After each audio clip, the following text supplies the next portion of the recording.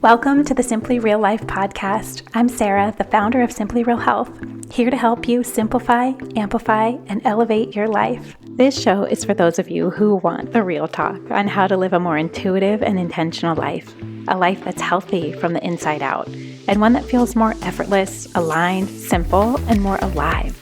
We cover it all, from health, wellness, mindset, motherhood, daily habits and rituals, to business and relationships, creativity and growth, and tiny tricks to feeling your best, and the energetics behind it all filled with personal stories, unfiltered conversations, and of course, answering all of your burning questions, all in the way of simplicity and keeping it real, so that you can create your own version of your healthiest life.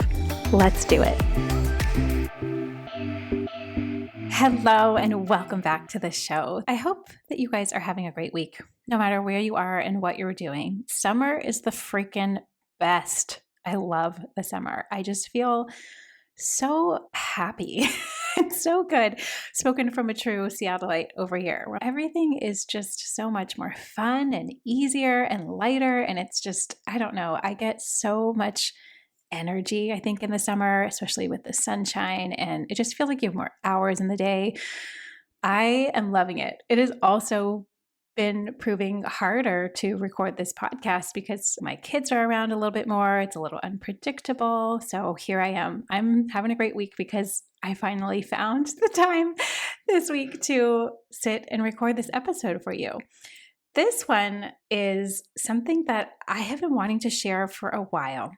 And it's about tiny things that you can do in your day, even when your days are busy and your weeks are busy, because aren't we all? But things that you can do that are so tiny and doable, but actually have a huge impact on your health, on your energy, on your mood, on how you feel every single day.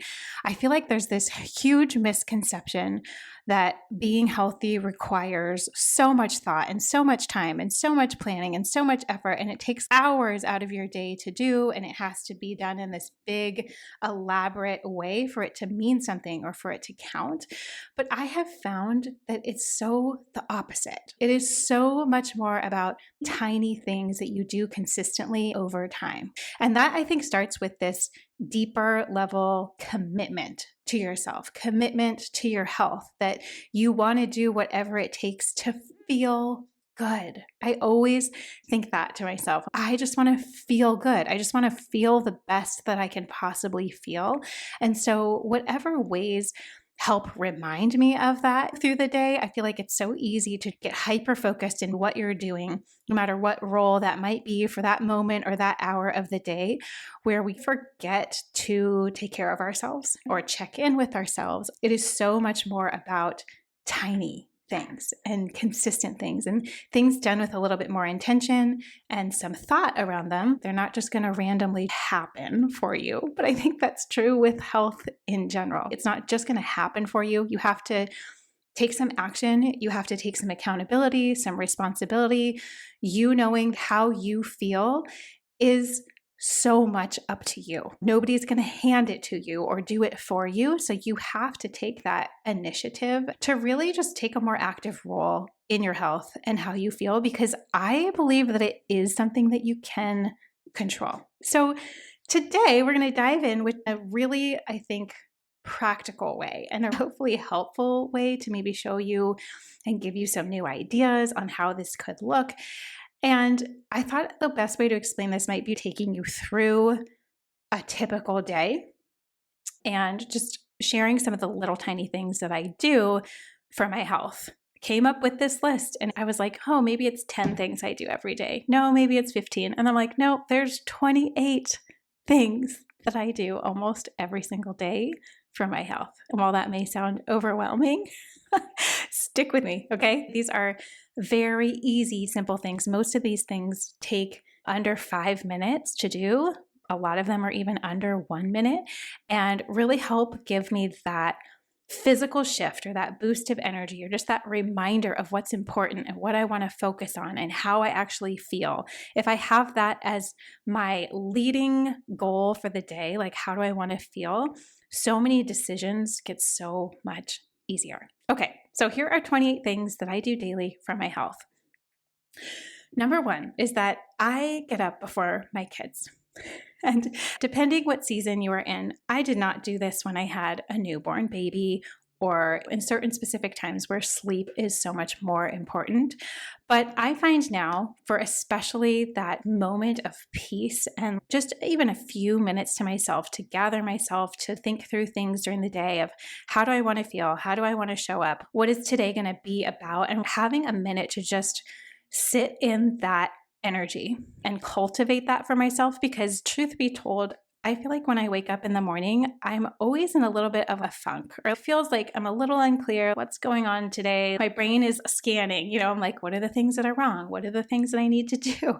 And that's just a very natural mechanism that we all have in our brains. Our brains are just wired that way to look for fear, look for negativity. And so for me, waking up before my kids gives me the time and space to really set my mood for the day, to call in the energy that I want to be putting out for the day. And I feel like that tiny thing really helps so much. So from a practical level, I get up, I don't look at my phone, I go into the bathroom. The number two thing that I do is tongue scrape. And I know that I have put this in some of my morning routines before, but you guys, this is one of the best things you can do for your health. And it takes less than 30 seconds. So getting yourself a stainless steel tongue scraper. You're scraping your tongue. It actually takes off so much of this coating that ends up on our tongue. And our tongues are one of the number one way that we detox. And so you're scraping off, it's really disgusting, but in the best way, you're scraping off all of this gunk and all of this stuff from your tongue, which then helps you have better breath, but it then really helps the microbiome in your mouth, which is so connected to our overall health. Your teeth, your mouth, the health of your mouth and your oral health is such a big indicator down the road to other diseases starting. And so it's one of those tiny things that I do that once you start doing it, you won't be able to stop, because you'll start to crave that feeling. It just feels so clean and a fresh start for the day, and you're detoxing and you're just really taking care of your mouth and your health. So I would highly suggest getting one. You can get one on Amazon. They're super cheap. I will put one in the show notes. Then I will brush my teeth. I will do a little bit of something for my skin, like putting some sort of serum on it, maybe a couple of minutes of gua sha if I have the time. This is just for circulation and lymph flow and just like getting that like healthy energy moving, depuffing my face in the morning. It seems like I could always use a little bit of that. So I will start with that. Something for my skin. It's not complicated. It's usually one or two things. It's very quick. And then I'll brush my hair, and usually I have to put some sort of oil in my hair, like a natural smoothing oil. I have really frizzy and curly hair. If I don't, I like the act of also brushing my hair because it's so good for your scalp, just to have that movement, like blood flow. You are bringing that blood flow up to your scalp so it can remain healthy. And I think that is at the core of having really healthy hair, is taking care of your scalp. So I try and make sure I do every single morning just a couple of seconds of intention for my hair, for my skin, for my blood flow, just waking up my whole body. Then I will go downstairs and I fill up this giant mason jar of water, which is a two-part thing. One is water first thing in the morning just to hydrate, because it's been at least 8 hours, sometimes 9 hours, since I've probably had anything to drink.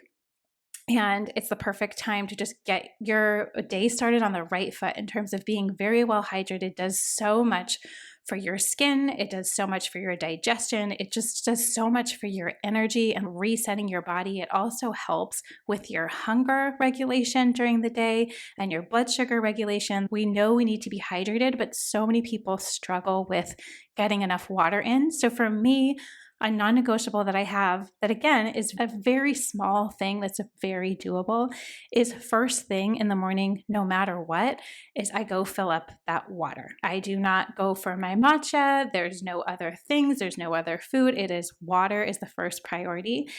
And then what are we up to? Number 4, number 3. Depending how you categorize the skincare and the gua sha.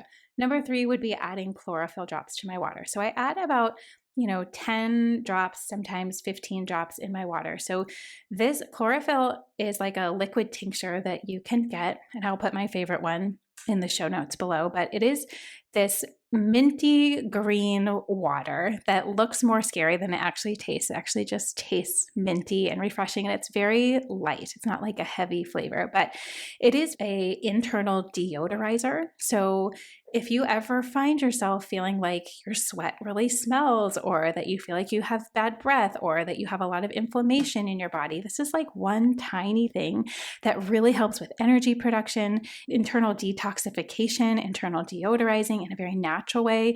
It helps with hydration. It gives this boost to your red blood cells.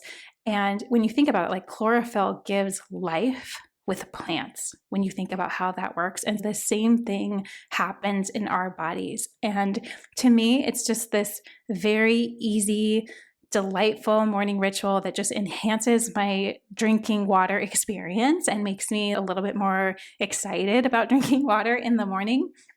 And it is just this very calming, beautiful thing to watch these drops drop into your water, and it's slow and it just reminds you to take a deep breath.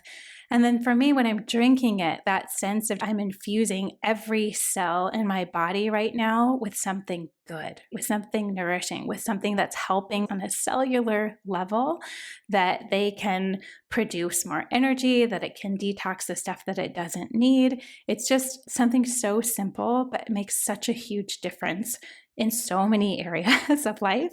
And it's something that I just always start my day with.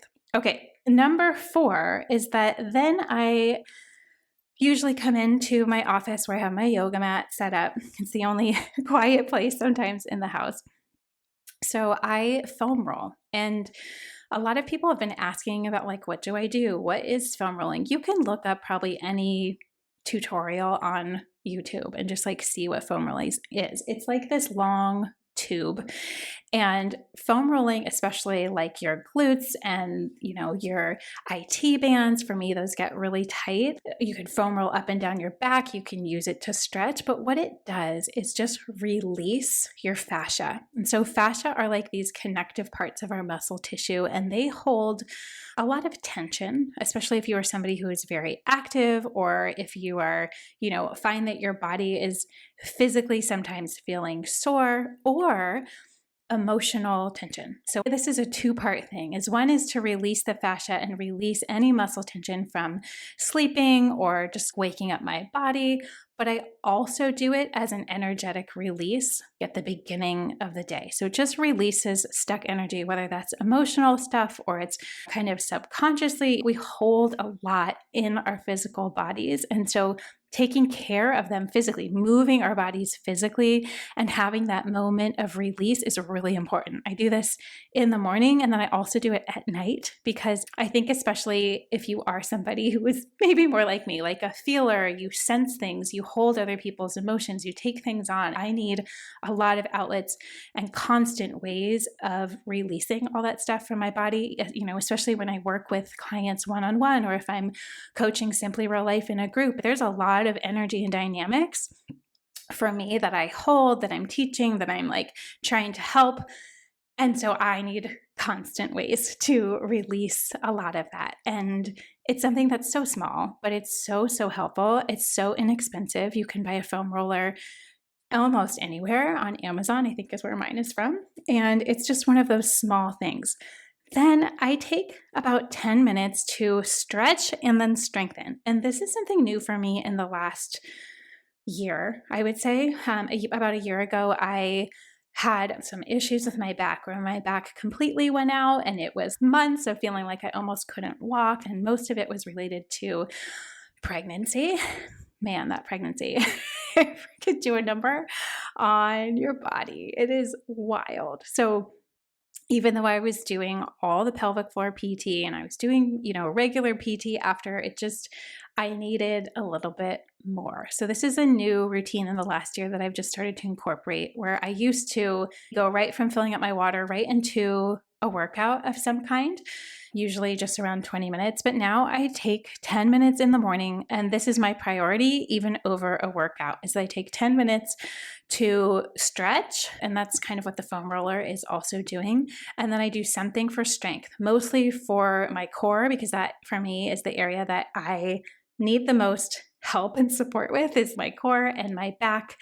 And so just having like 10 minutes every day, think of how much of a difference that would make in terms of injury. For me, it's this daily reminder of remember muscles to work in this way, remember to engage in this, remember good posture. Because if I don't take those 10 minutes in the morning, I won't do it. And over time, and thinking even forward about aging and how I want my body to feel and operate as I get older, if I have 10 minutes in the morning and I do that and just commit to that, that will serve me for like probably decades of my life. And I know that especially as we get older, or if you've been through more traumatic things with your body, like pregnancy, for example, or something like it, or injuries, that those 10 minutes can make such a difference because you're doing something every single day, even if it's small, even if it seems like it's insignificant, it can make a huge difference over time in helping us maintain muscle, because we lose that every year that we get older. And so having that priority both on stretching and strengthening. Then if I have the time, aka if my kids are still asleep, or if it's my day to work out between me and Kyle, I think I talked about that in a different episode, how we alternate days, then I will do 20 minutes. And sometimes that, it just depends how my body feels. I'm very much into thinking intuitively about my workouts, just as I do with my food, like scanning my body. What does it need today? Where are my hormones at? Where's my cycle at? What things did I do yesterday? Is it sore? Do I need more movement? Do I feel sort of stuck or stagnant? Do I need something that's a little bit more higher intensity? So 20 minutes is usually my max. That's all I have the time for. And I could do a lot in 20 minutes. So movement of some kind, whether that's a bike ride, or it's doing yoga, it's doing mat Pilates, or maybe it's taking a walk. And when I do a walk as my movement, I also try to pair with it like a meditation, either a walking meditation, or it's just a regular meditation that I turn into a walking meditation. Because I find that just the act of deep breathing, like while I am outside, just resets my entire system. It helps me get clear for the day. It helps me think and reach for like more positive thoughts and thinking about what I'm excited about and what sort of energy I want to bring into the day. Sometimes, if it's rainy, I'll listen to a meditation while I'm doing my foam rolling or stretching, but sometimes it's just more calm music. I try to make it a little experience for myself that I enjoy and that feels restful and rejuvenating. So the movement part is huge for me, and I would say most days that is something that happens, unless I'm going to be doing a class later. Then I would just do my 10 minutes in the morning, maybe a quick 5-minute walk, and then knowing I'll do most of my movement maybe a little bit later in the day. Next step is that I make my matcha. This is a concoction that I have come up with because I really wanted to reduce the amount of sugar first thing in the morning. So I used to make my matcha with some honey or maple syrup, but now I have gotten to the place where I love it with just some coconut water as the sweetener. So I do some water, some coconut water, and then some cashew or almond milk that I usually make. This is another one of these 28 things that I do for myself, is that I make my own cashew milk and almond milk. And before you roll your eyes and think, oh my God, I don't have time for that, let me just tell you, I do this for my digestion, because matcha is something that I love and enjoy, and making like a little matcha latte for myself is one of those daily moments that grounds me, recenters me, it energizes me. If I'm putting almond milk or cashew milk, and I don't do great with dairy, otherwise I would do a regular whole milk. But if you look at the ingredients of most containers of those types of plant-based milk, there's so many emulsifiers, so much sugars, and there are gums and emulsifiers that really gum up your gut and gum up your system. And because I have had a past history of struggling a little bit with my digestive health over the years, as many of you know, I had a condition called SIBO. That was quite a while ago, maybe 7 years or so. And since that point, I have been extra vigilant about my digestion and optimizing it. It's the number one way our body detoxes. Having healthy elimination pathways are so important. And so when I make my matcha, this is number 7 and 8, making my matcha in an upgraded way, with number 8 being making my own almond milk. I do it with this machine called a almond cow, which makes it super easy. I just throw in the nuts in this container with water, press a button, and within like 2 or 3 minutes, it's done. So it's not something crazy or complicated. You will maybe notice, or you maybe have noticed before, that I don't drink coffee anymore. That was a change that I made begrudgingly, but it's one of the best things that I've ever done for myself, for anxiety, and also because coffee never made me feel great, but I would use it as like this tool, especially as I was first starting my business and there was just so much going on and I needed every ounce of energy and output that I could get.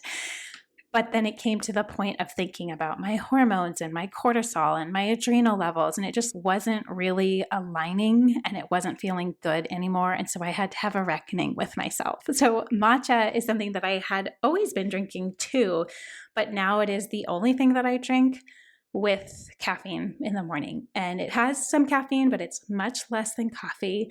And it has this magical component to it. You can look this up, but it has this component called L-theanine in it, which gives you this energy boost that is just like steady and calm and very grounded, but you feel energized. You don't get jittery. You don't have that crazy spike and then that crash. It doesn't trigger your hunger like coffee does a lot of times, where you're like, I'm so jittery, or I feel so off, or my stomach's feeling weird. That must be hunger. A lot of that just comes from coffee itself. So for me, I'm not saying this needs to be true for you. For me, that was the best and healthiest decision, to make the switch fully to matcha, which is only supportive and doesn't have any downsides. And I feel great, and I feel energized, and I feel focused. And it's like all the good, but none of the bad. That makes sense. Okay. Then I make it a point to drink more water. Like at this point, all the things are going on. Like the kids are up, I'm getting breakfast ready, packing lunches, doing all the things. We're listening to music. We're trying to have this nice, calm morning, which it usually is for the most part. And as it gets later, the next thing I do is have more water. I don't necessarily go right for food because I'm usually not hungry yet. So that's number 9, is just making sure that I drink more water. Number 10, I will say, is that I wait to actually get hungry before I eat. And this is something that I teach in Simply Real Life. And when I work with people one-on-one, is this concept of not eating in anticipation of being hungry, not eating because the clock says it's time, not eating because other people are, or it's because it's what you always do.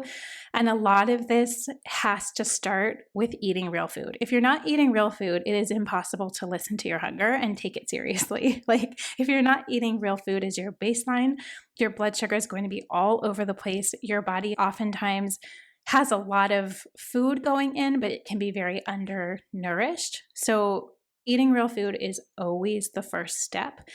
And then starting to learn about your body. What does hunger feel like? And you can only really do this if you are eating real food and staying hydrated, drinking lots of water. Then you start to get a more accurate picture of, when is my body actually hungry? Instead of bossing our bodies around or making them act like robots, eating at certain specific times or eating in anticipation of being hungry, actually just slowing things down and waiting for your body, who is infinitely wise and smart and knows what it needs, starting to develop that trust with your body. I say this a million times, but you have to start with eating real food first for a couple weeks before you can even get to this place of starting to understand and know and sense what that feels like. So I wait until I'm hungry to eat, which is something that can change day to day. It depends on where my hormones are at, what movement I did for that morning, how I'm just feeling overall, what I have going on that day, what I need to be fortified with. It can change, day to day. And I think that's part of learning to listen to your body in a way that is helpful, being like a really good partner to your body instead of just trying to dominate it all the time.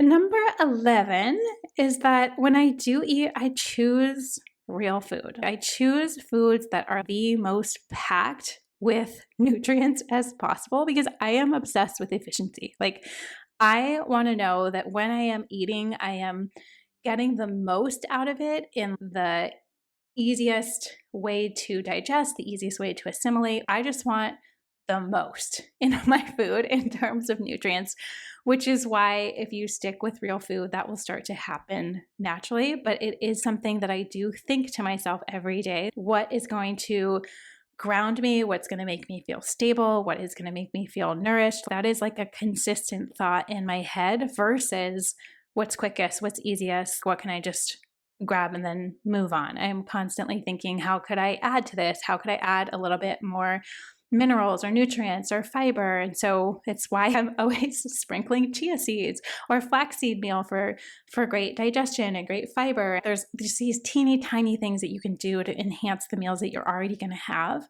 and always leading with veggies because they're the most nutrient dense foods as possible. And I just try to do that twice a day, probably more like lunch and dinner, going to be veggie dominant. If I eat something that's more in that breakfast time, it's maybe not vegetable based, but it is something that does have some good healthy fat or protein. So you know that from listening to, I think, last week's episode, no, 2 weeks ago, talking about that. Number 12 is that then this is the time in my day where I am making the transition from being in mom mode, school mode, getting all the things ready now into my workday. And so for me, it takes a beat for me to transition and fully bring myself there. Okay, what are we doing now? Like, let's transition out of that role and into this role.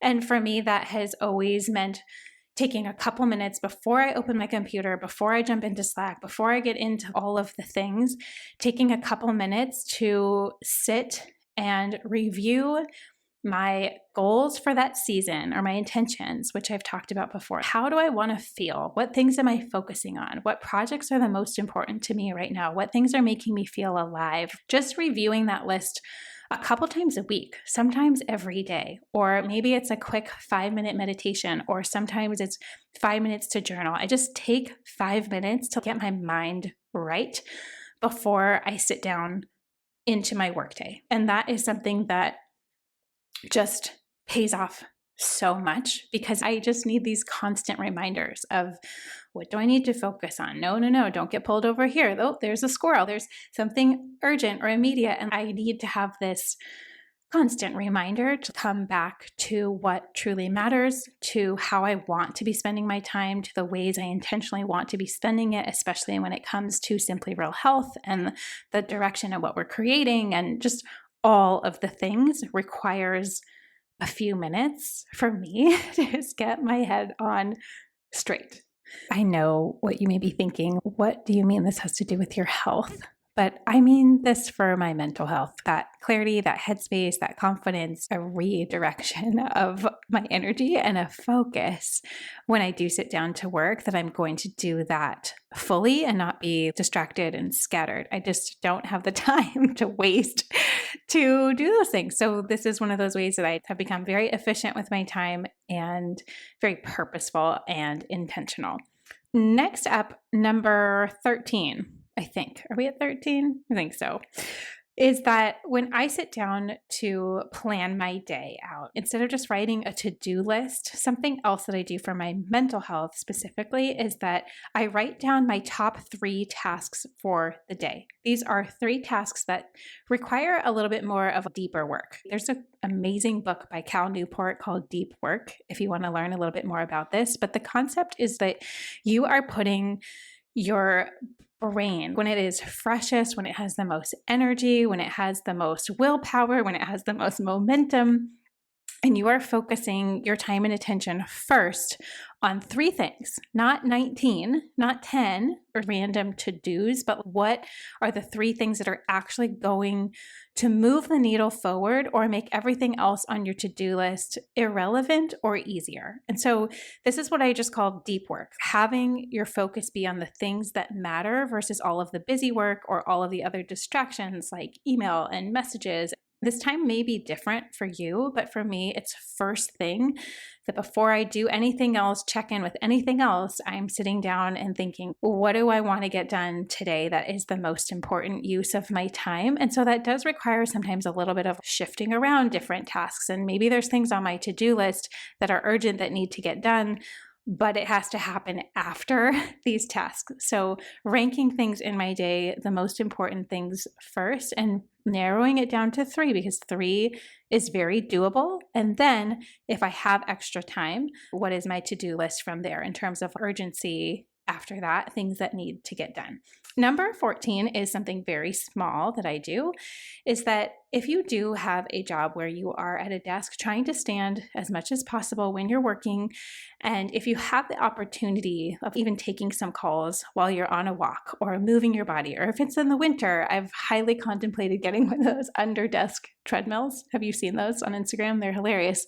But also keeping things moving. Like when your body is moving, your energy state is moving and flowing and constantly getting some new, fresh energy in. And so to me, I try to stand as much as possible. I have invested in a standing desk. Finally, it's taken me years to do. Or I try to take all the calls that I can walking, meaning turning off the video if it's a Zoom call, or if it's with clients or something, I schedule it at a time where I know maybe I could be walking. This also helps me focus on just one thing instead of trying to multitask and do a ton of different things and your energy is just scattered everywhere. Okay, number 15 is also on this mental health piece and just with efficiency and organization and just wanting to be a really good steward of your time, that I do try to batch my tasks into certain specific days. And while this may at first seem relevant to maybe somebody who is an entrepreneur or is in charge of their own schedule, for me, I actually think this could be done in a lot of different ways, even if it's not necessarily a job or a corporate job or a desk job. It's maybe that you are in charge of your entire household organization or all of the kids or all the activities, but trying to come up with theme days where you are just focusing on one type of thing. So instead of that you're massively scattered, every day is something brand new for your top 3 tasks, having each day be somewhat of a theme where you're focused on something for that day. And then the next day it's something else. So that over the course of your work week, whether that's 4 days or 5 days,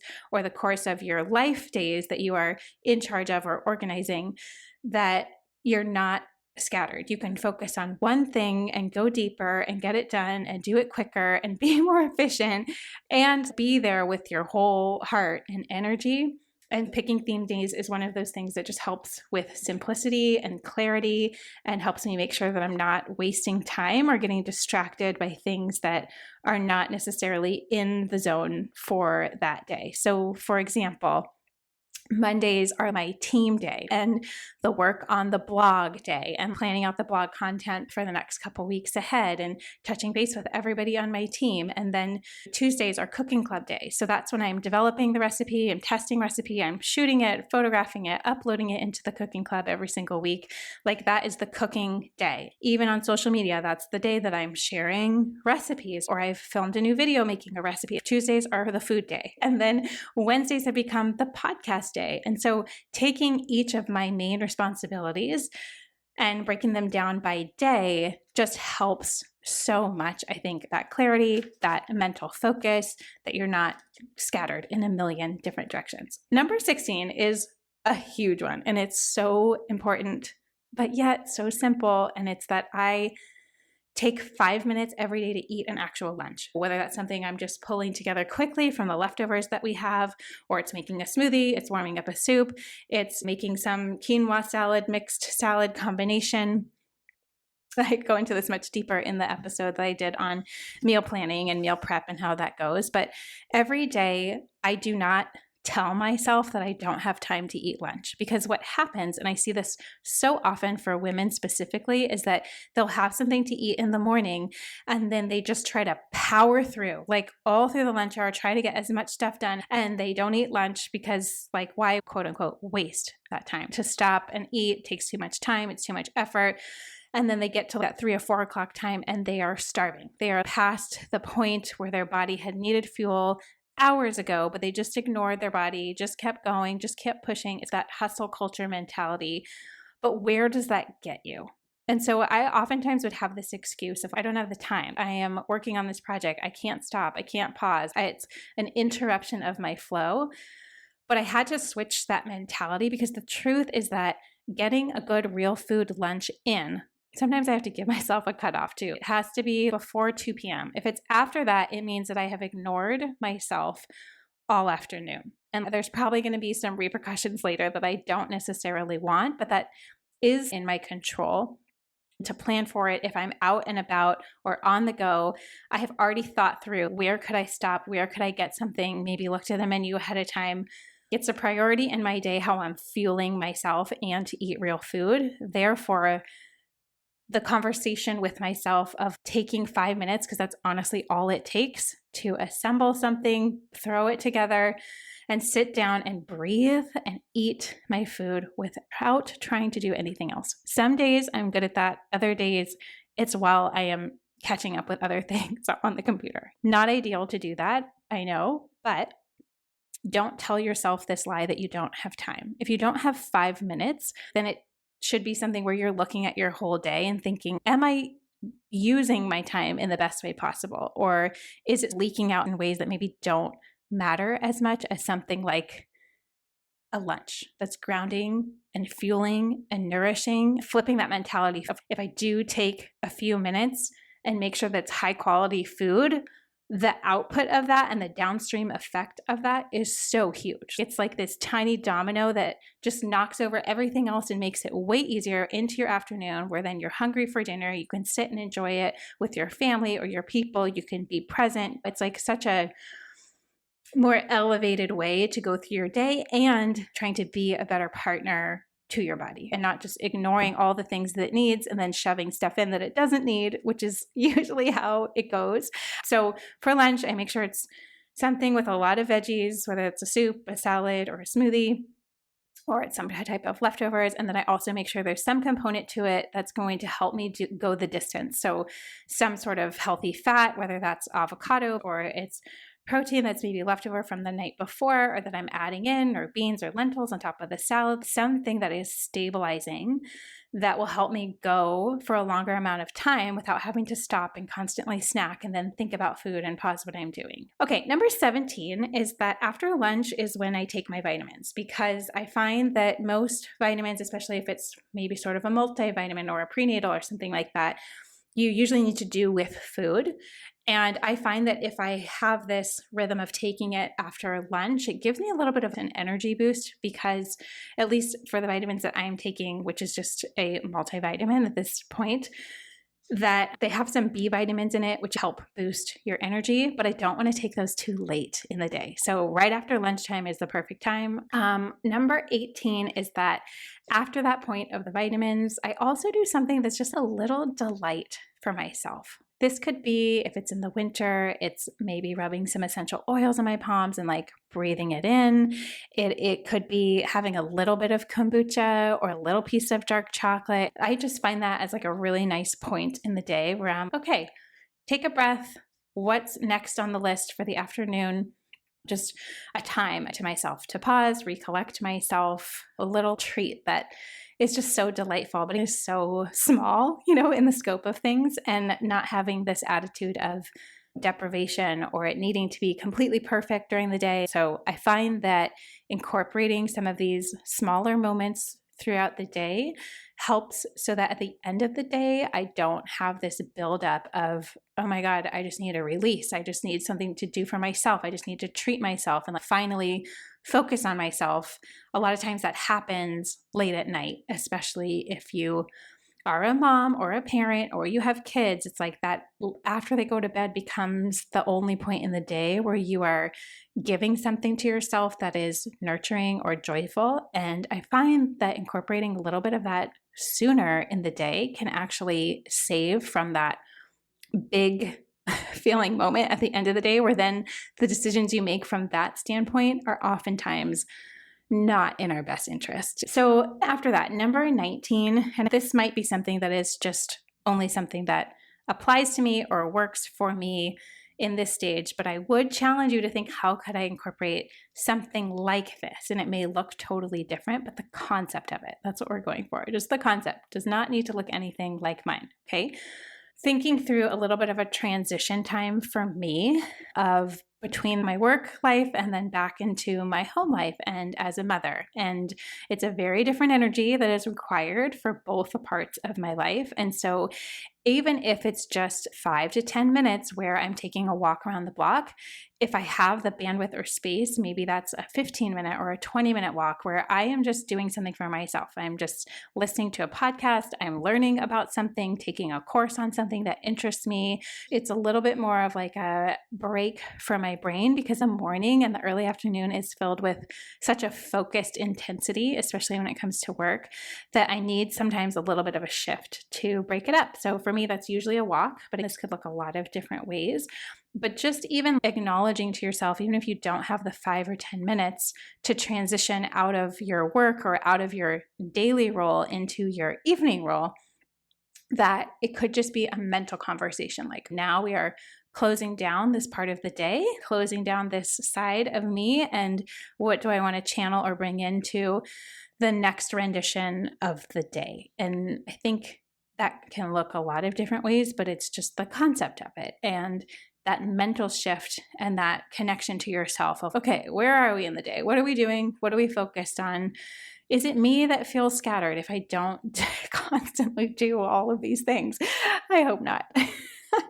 Okay, number 20 is, personally for me, this becomes the part of the day where I am back and with my kids fully. And so I use it as this reminder to myself to play, to kind of be like a child in a lot of different ways, get into their energy, get on their level. And this is hard. Yes, I run a business. A lot of it has to be on my phone, but I really, really try to be off my phone for the most part, unless it's something urgent or something out of the usual, but to actually just practice being with them and being playful and having fun, whether that's painting, or sometimes we take a walk together, or bike ride, or listening to music or dancing. Having that experience as an adult, I think, is something that we forget. And this is something you can do if you don't have kids. Some sort of time in your day, even if it's just for a few minutes, where you're fully present in something that's engaging a different side of your brain, that's maybe more creative or a little bit more playful or lighthearted, or it's not so serious. And I think so many of us just have the weight of the world on our shoulders all the time. And it's not often that we allow ourselves to really tap into a different side, which is that childlike sense of play. So to me, that has become something definitely more on the mental health side of things, but something that I do try to do every day or incorporate somehow. And, sometimes for me right now in the season, that's playing with my kids and cooking a recipe for dinner, but it's making it fun. There's a lot of different ways that this could look. Number 21 is that I take 10 minutes, it's usually not more than 10 minutes, to think about what I'm going to do for dinner and how I'm going to throw it together, looking at the staples that I have. This is in that late afternoon time where it's not like the immediate urgent need that dinner needs to happen in 10 minutes, but it's the hour before. What am I going to do?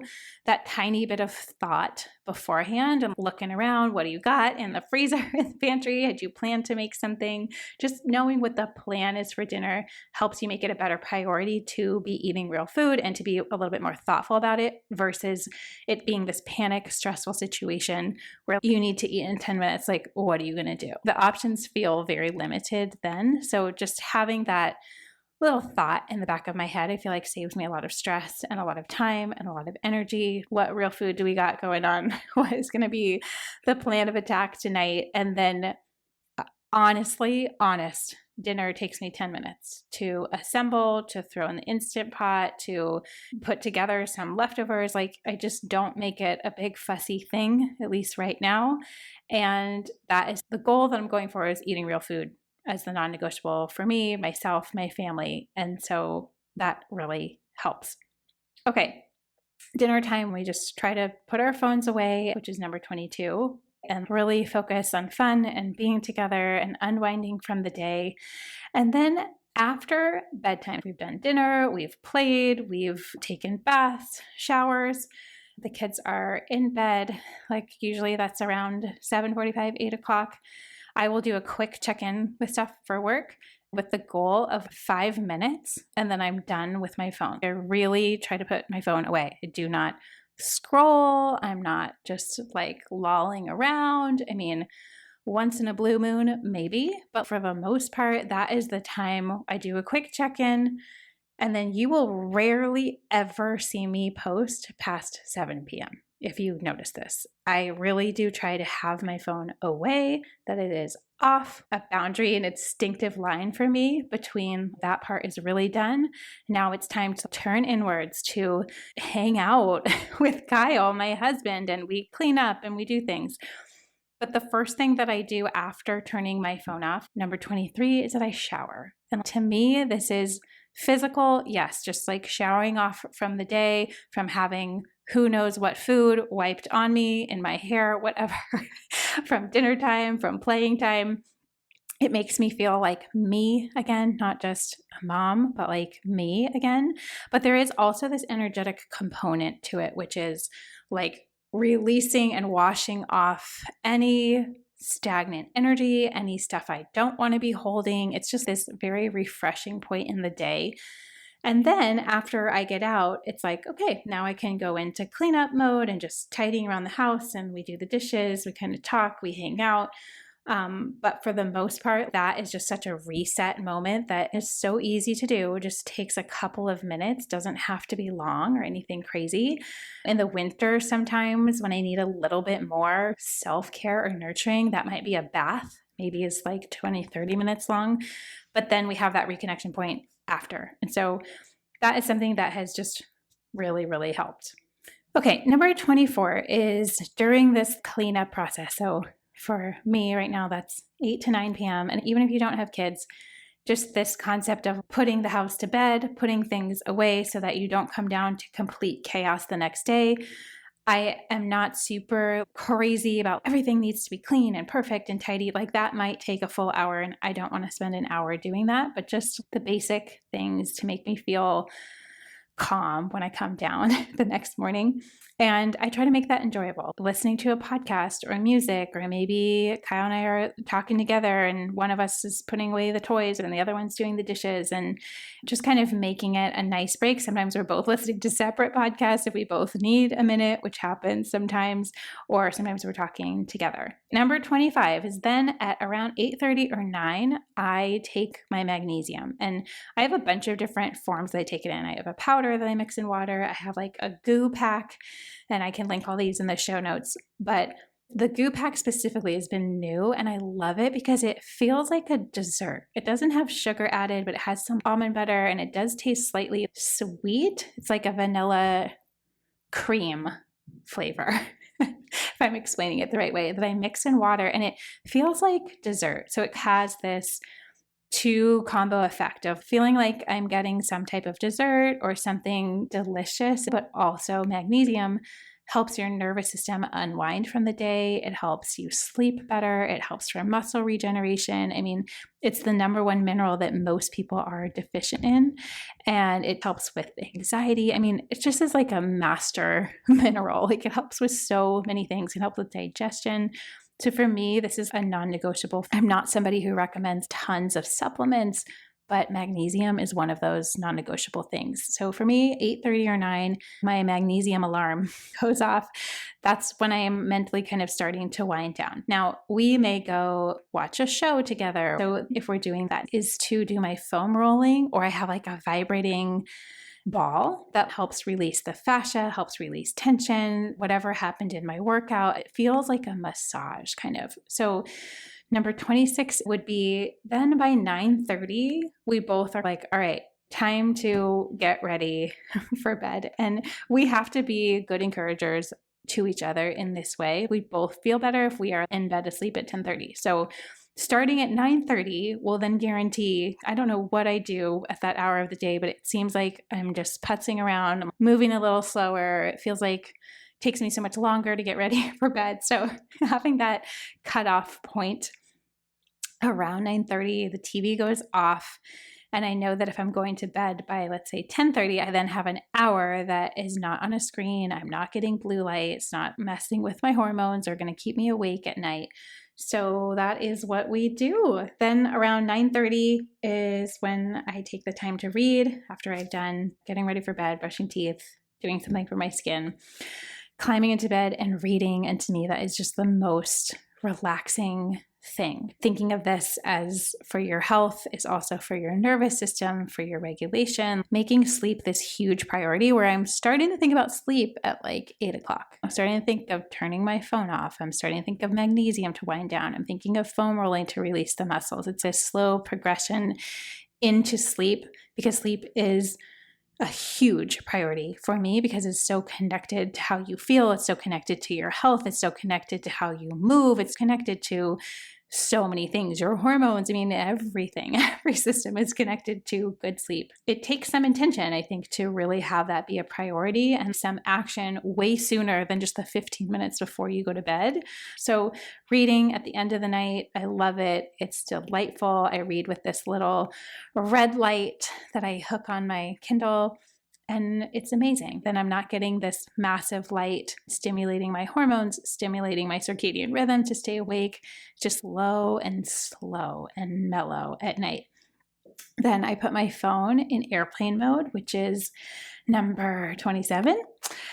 And I'm definitely turning my Bluetooth off. I do not want those waves like emitting from my phone at all hours of the day. So I really only turn that on when I actually need to use Bluetooth. And we can have a full conversation about the electromagnetic fields and energy and how those are not great for our body. But just making it a point to turn that off, put my phone on airplane mode, set my alarm for the next day. And then number 28 is putting on my sleep mask, putting in my earplugs, making sure the room is cool. All of these factors are so helpful for getting deep sleep, which is such a priority for wanting to feel great and have your body optimized. These are just 28 little ideas, an example of what that could look like. This could be very different for you, and I would encourage you to think about what those could be. Take mine and practice them and try them out and see what works and see what doesn't and see what's feeling good. Focus on little tiny things. Those are the things that happen from a state of you are mentally and emotionally being more intentional. And when you're walking around with that mentality versus letting life just happen to you versus, oh, if I randomly have the time to do something good for myself, I will. But instead of actively thinking and going through your day, what are the parts or places that I could optimize, that I could add something to what I'm already doing to make it a behavior or a habit or an uplifting moment for me so that you really can spend less time and just less effort in your life being stressed by trying to take care of yourself and never feeling like you have enough time. So give this a try. Focusing on little tiny things, doing that over time, having this commitment to yourself and to your health above anything else. See how things shift and change when you can approach life with that mentality. See how your body feels, see how much better your sleep gets, see how much less anxiety you feel by just doing small things throughout the day for yourself. And that's what I really want for you. I hope that this was helpful, gave you some ideas to try. Let me know which ones you do try or you found the most interesting or the most weird or whatever it may be. And if you have any other ideas that you'd like to share, I think we're going to start posting these episodes in the Instagram feed. And so each episode will have a post. And that way you can come comment and you can add your ideas or the things that you found most helpful. Or if there's any things that you want me to explain in more detail, of course, let me know. I hope that you have a great rest of your day and a great rest of your week. And I hope that it is something that feels uplifted and energized and that you feel more fully healthy from the inside out. I'll see you guys again next week. If you enjoyed this episode and want more like it, make sure you're subscribed to the Simply Real Life podcast, wherever you listen to podcasts, and maybe share it with a friend or two. That would mean the world.